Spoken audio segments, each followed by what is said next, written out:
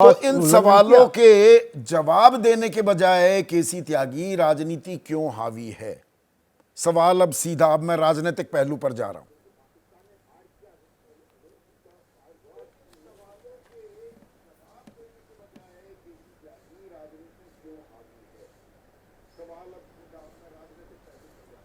संदीप जी, आपके बेबाक विश्लेषण और कुलकर्णी साहब के द्वारा किया गया विश्लेषण, उसके बाद एक पॉलिटिकल इशू इसमें ये बचता है कि जब मिलिट्री सॉल्यूशन के साथ साथ जो डिप्लोमेटिक मूव्स हैं उसमें हमारी क्या स्थिति है। और मैं बहुत संक्षेप में, लेकिन आपकी टोका टाकी से थोड़ा मुझे परहेज रहेगा उस बीच में, चूँकि ये इसमें टोका टाकी का नहीं है कुछ भी।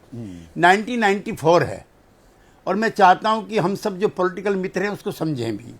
प्रधानमंत्री नरसिम्हा राव हैं, दिनेश सिंह जी विदेश मंत्री हैं और बीमार हैं, और 89 के बाद वह इंसर्जेंसी, कुलकर्णी साहब गवाह हैं, बहुत तेज हो गई है, किलिंग्स भी हो रही हैं, एप्सा भी लग गया वगैरह वगैरह। तो ह्यूमन राइट्स का सवाल पैदा हो गया वहाँ पर, और पाकिस्तान इसको उठाने में ऊंचे पैमाने पर लगा हुआ है।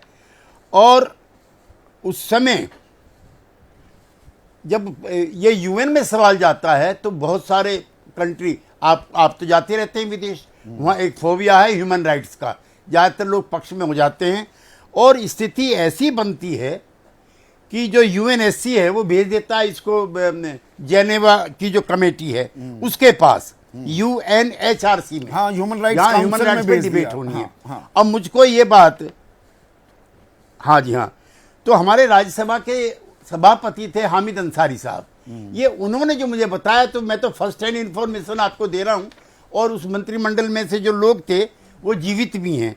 उस समय वो सऊदी अरबिया में हमारे राजदूत हैं, उन्होंने बताया कि उसमें उनको भी बुलाया गया था। और जब पूछा नरसिम्हा राव जी से कि ऑल पार्टी डेलीगेशन की क्या जरूरत है, हमारे किसी मित्रों ने पूछा होगा, उन्होंने कहा ये विदेश मंत्रालय का सवाल नहीं है, ये राष्ट्र हित का सवाल है। अब इसमें कॉम्पोजिशन में कौन कौन है? इसमें अटल बिहारी वाजपेयी हैं, जिनकी पार्टी कहती है यहाँ कुर्बान हुए मुखर्जी वो कश्मीर हमारा है, बिल्कुल डिफरेंट आउटलुक है 1947 से।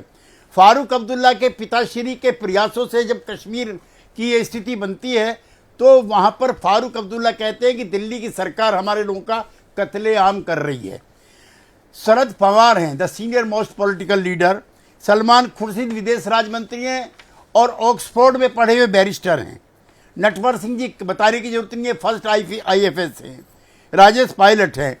तो वहाँ पर जो 2-3 दिन बहस होती है वो तो अंदर के अंदर ही है, लेकिन जो अंसारी साहब निजी बातचीत में बताते हैं कि 2 दिन तक गर्मा गर्म बहस चली है।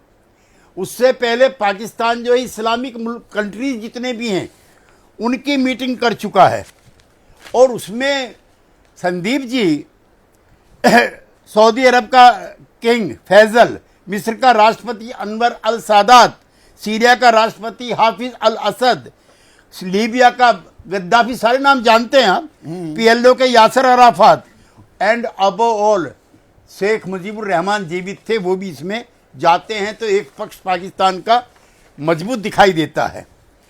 अब इसका नाम जो है ना, जो हमारी विजय हुई है उसका नाम रखा गया जेनेवा डिप्लोमेसी ऑफ 1994, ये विदेश मंत्रालय में लिखा गया। ऐसा उदाहरण भारत की विदेश नीति में कोई और दूसरा उपलब्ध नहीं तो है। वो काम यहाँ अब लेकिन जब वहाँ पर बहस हो रही है डेलीगेशन, तो हम तो यहाँ पर डेलीगेशन को लेकर जो राजनीति हावी हो रही है, कांग्रेस मुंह फुला रही थी, TMC नथने फुला रही थी, बीजेपी भी राजनीति कर रही है। भाई पार्टियों से पूछ ले, JDU से किसे जाना है, JDU से पूछोगे या खुद तय कर लो? 1 सेकंड, ये गैर जरूरी विवाद था क्या? 1 सेकंड, भारतीय जनता पार्टी ने उस समय क्यों नहीं पूछा कि अडवाणी जी को क्यों नहीं ले जा रहे, अटल बिहारी वाजपेयी के क्यों ले जा रहे? अडवाणी जी अध्यक्ष हैं, वाजपेयी जी क्यों जाने चाहिए? तो जब मन हमारे कमजोर खराब होते हैं तब ये परिस्थितियां पैदा होती हैं। तो मन क्यों? और जो अगली बात मैं आपसे कहना जा रहा हूं वो ये है कि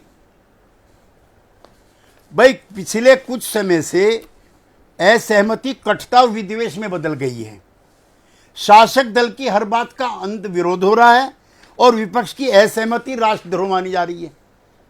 ये मैं कह रहा हूं। तो मतलब मेरी ताली पार्टी दोनों की हाथों तरफ से नहीं बज कह रही रहा है हूं, ना मैं यहाँ किसी की कह रहा पर हूं, एक चीज political बताइए, activist। आपका इतना लंबा राजनीतिक अनुभव है, लोकसभा में रहे आप, राज्यसभा में भी रहे केसी त्यागी साहब, जब इस तरह का एक संकट या एक हमला, एक्ट ऑफ टेरर हमारे देश पर की गई हो और हम पुख्ता जवाब दे रहे हो, तो क्या क्या हमने कार्रवाई की? जो देश के मन में सवाल हैं उनके सवालों के जवाब तो पहले देशवासियों को मिलने चाहिए ना। संसद का सत्र नहीं होना चाहिए था क्या? 62 में भी संसद का सत्र बुलाया गया ना। हम दुनिया को समझाने निकल पड़े, देश में तो अभी बताए नहीं, सारे सवालों के जवाब नहीं दिए। इन सवालों के बढ़िया जवाब मेरे दो मित्र सौरभ मालवीय जी और सुरेंद्र राजपूत जी देंगे। मेरा जो विषय था मैं उसको समाप्त कर रहा हूं। और ये वो दौर है जब बांग्लादेश, इंडोनेशिया, टूनिशिया जैसे मुस्लिम कंट्री भारत के साथ खड़े हैं और अंतिम क्षणों में जो मुझको बताया हमारे उपराष्ट्रपति महोदय ने, अंसारी साहब ने, कि आखिरी एक वोट है मुस्लिम कंट्री की जिसकी वजह से ये प्रस्ताव पास नहीं हुआ, वो है ईरान। तो मेरा कहने का मतलब ये है कि जो डिप्लोमेटिक आइसोलेशन है वो उतना ही आवश्यक है जितना ब्रिगेडियर साहब का मिलिट्री ऑपरेशन है। और जो आपके सवाल हैं उसमें मैं सिर्फ इतना कहना आज की चाहता तारीख हूं में आइसोलेशन की आपने अगर बात की, हम दुनिया को जा रहे समझाने तो हैं- निकल पड़े, हमारे प्रतिनिधिमंडल चले गए, खुलकर कोई देश भारत के साथ खड़ा होता आपको दिख रहा है क्या? अमेरिका, भाई डोनाल्ड ट्रंप हमारे बड़े अच्छे मित्र हैं, 5 बार तो कहते हैं कि मध्यस्थता मैंने कराई, और वो भारत पाकिस्तान की जो रिलेशनशिप, रिश्ता है, उसको हाइफनेट फिर से करते दिखाई दे रहे हैं, जो बात हम लगभग 20 साल पहले खारिज कर चुके थे और दुनिया मान चुकी थी। ढाक के वही 3 पात हो रहे हैं क्या? संदीप जी, जो सवाल आपने शुरू में उठाया है, इसमें दोनों पक्षों को ही परिपक्वता के साथ पेश आना चाहिए। जहां तक मुझसे आप पूछ रहे हो, मैं तो आंख बंद करके सेना के शौर्य पराक्रम और भारत सरकार के साथ वो रहता तो हूं, चाहे पूरा सरकार देश, कांग्रेस की पूरा हो देश सेना या के सरकार साथ है, NDA पर की हो। ये राजनीति कहां जा रही है?